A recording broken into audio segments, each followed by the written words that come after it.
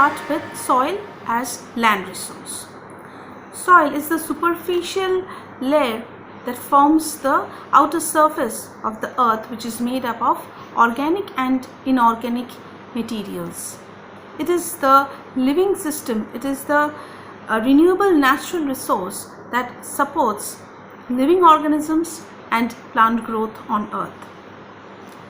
So the soil forming factors are relief, that means whether the soil is present in the hilly region or in the coastal plains.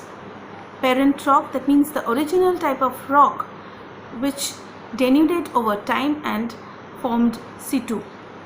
Next, climate, natural vegetation, and other forms of life, that is organic matter. And lastly, it is time that influence the process of soil formation, which is also known as pedology. The soil formation process, the pedological process, is also influenced by the natural elements like temperature, rainfall, and also the landform sculpturing agents, the action of winds, movement of water, glaciers, and activities of decomposers. Now, with the influence of these factors, the soil changes its chemical and organic property over time. That is why it differs from time to time and from place to place. It is not the same kind of soil we find everywhere. So the different properties of soil are color, thickness, chemical and mineral composition, the age of the soil, and texture. So depending on all these properties, we have classified soil into various groups. The first one is the most common and widespread type of soil, that is the alluvial soil, which is mostly formed by the rivers. It is found in the river valleys and the coastal plains. It is brought down by the silt and alluvium, which is brought down by the rivers. We find this kind of soil in the Ganga, Brahmaputra, Indus river valleys and the Godavari, Krishna basin. Now this kind of soil is fertile, though it differs as it is classified into Khadar and Bhangar. The newer type of alluvium which is found near the river valleys, it is called Khadar. It is light in color.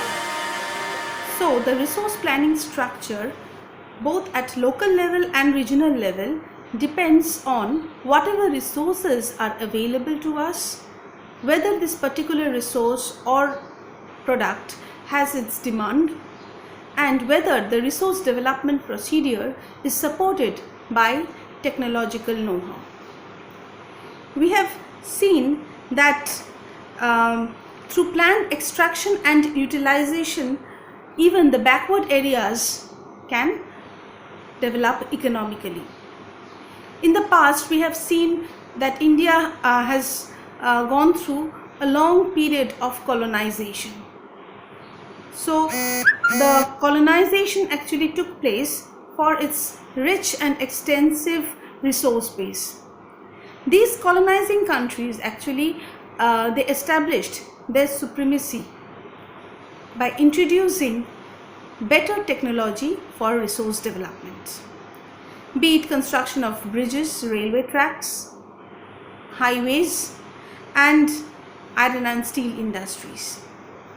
So resource development is actually influenced by the quality of the people and the historical or the cultural background of the country. So when we are talking about conservation, resources must be utilized in such a way so that part of it can be also conserved for the coming generations. We must prevent overutilization and irrational consumption of resources, which might lead to socio-economic disparity and ecological imbalance. Presently, many of the non-renewable resources, they are also depleting, especially the fossil fuels like coal and petroleum. So they are depleting because of over-exploitation. In this context, let me tell you that Gandhiji said that there shouldn't be overproduction. Production must not be done in huge amount. Rather, production must be done by the masses. So if you have something in limited amount, you will be utilizing it in a judicious way. The moment you have it extra, you will start misusing the resource.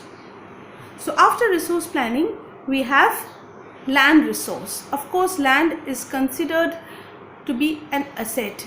It is a boon to mankind, as whatever human activities we have, right from industrialization, farming, setting up of industries, railway tracks, transport and communication, wildlife, forest, all these things are actually found on the land itself, and they are coming under land resource.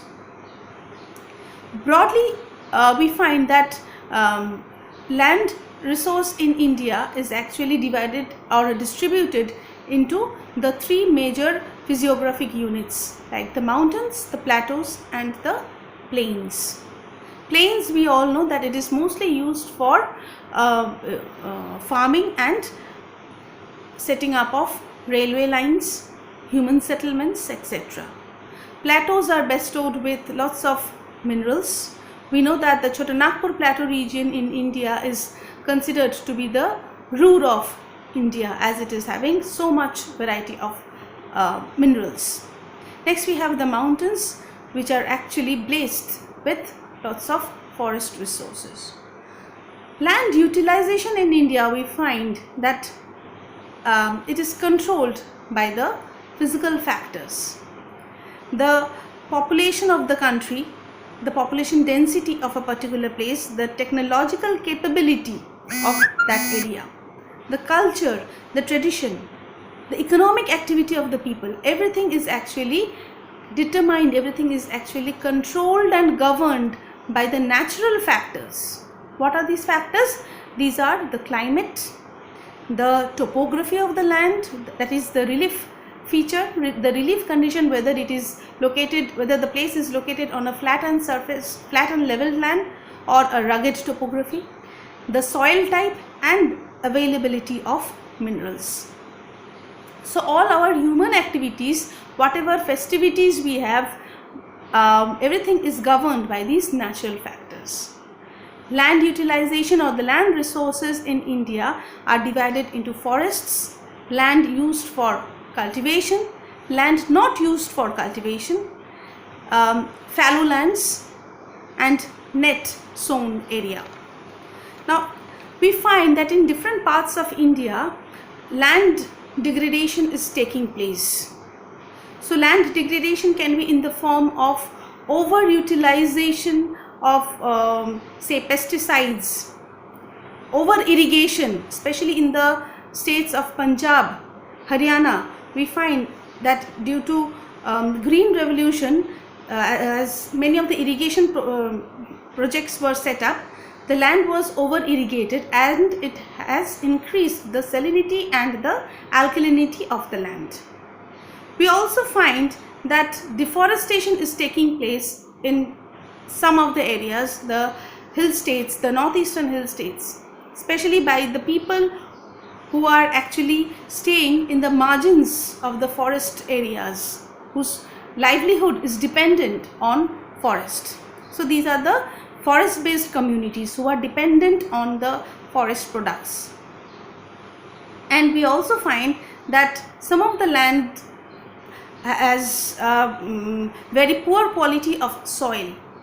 This has happened because of overutilization of pesticides. So due to all these things, land is degrading. So the human activities are solely responsible for it. So it's deforestation, overgrazing, mining and quarrying. These are the main human activities which leads to land degradation.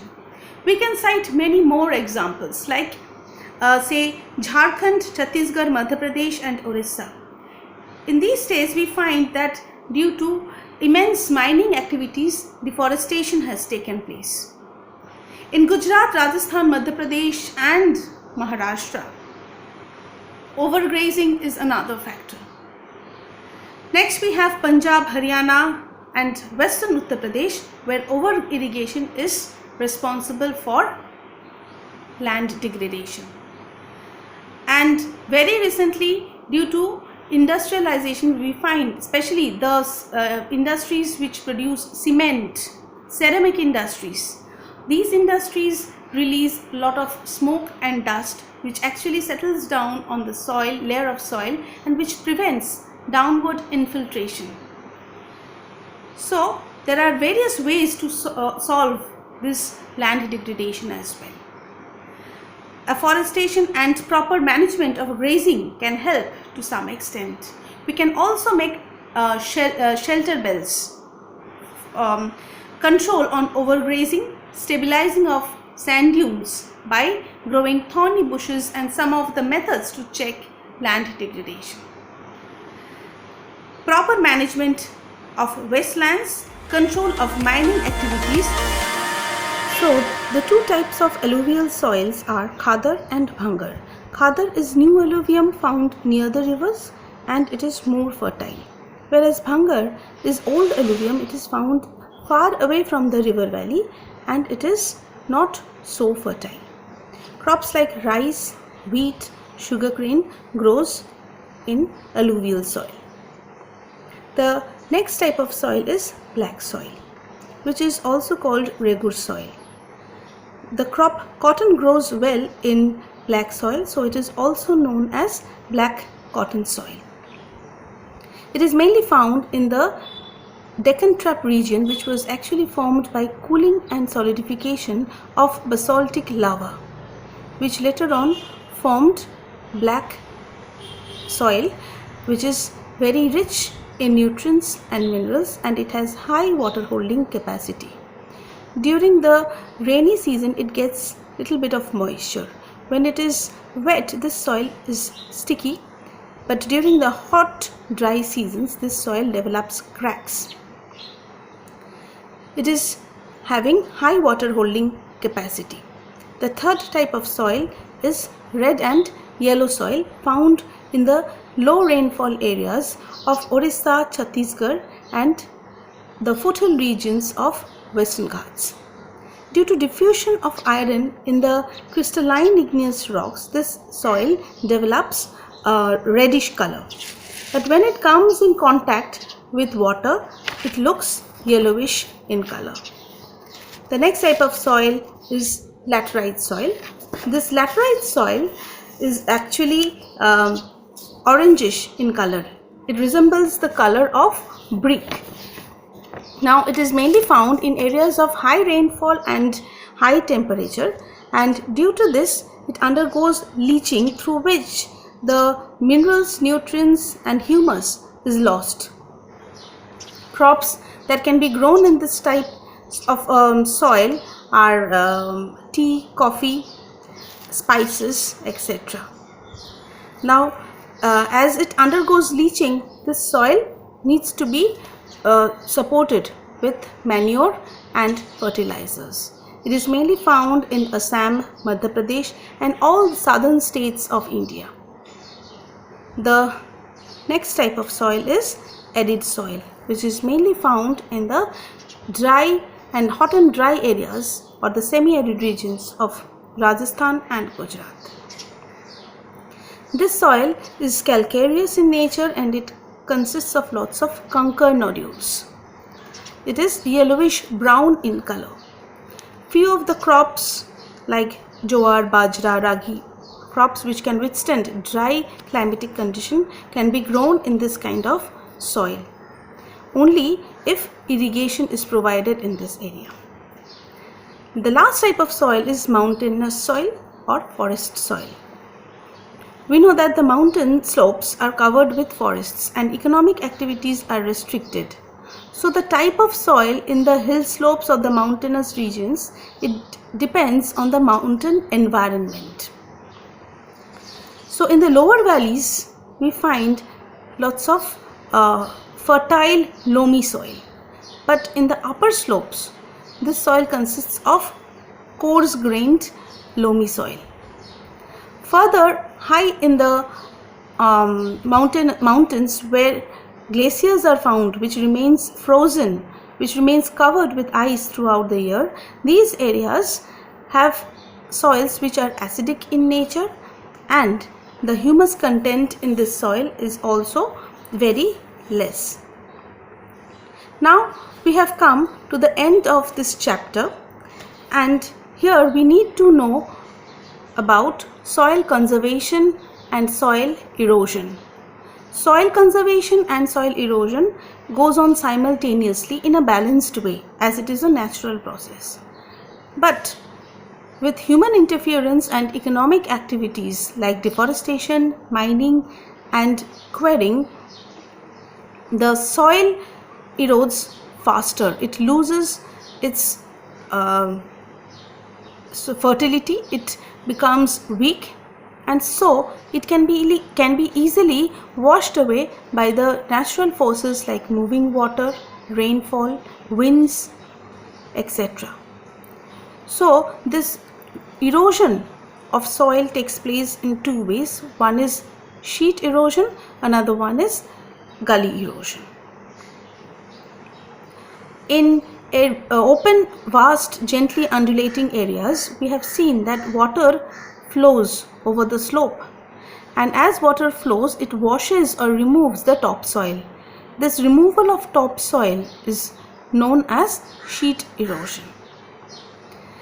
In the hilly slopes, we all find that the flowing water which moves downward, it often cuts deep channels which further broadens up into gullies. This is known as gully erosion. These kind of erosional activity, it develops a very irregular fragmented landmass which is called badland topography. We find ravines in Chambal. It is a very good example of badland topography. Now all this kind of erosional activity of soil can be prevented if we have a control over our economic activity, and certain steps can be also followed to prevent soil erosion, like contour ploughing, strip cropping, terrace farming and planting of shelter belts. So these are the methods through which we can prevent soil erosion. Soil is a resource, it is a part of land resource, and as resources are important to us, we need to use it in a judicious way so that part of it can be conserved for the coming generations. So again, we are talking about sustainable development. So whatever resources are available to us, we must use it in a sustainable manner.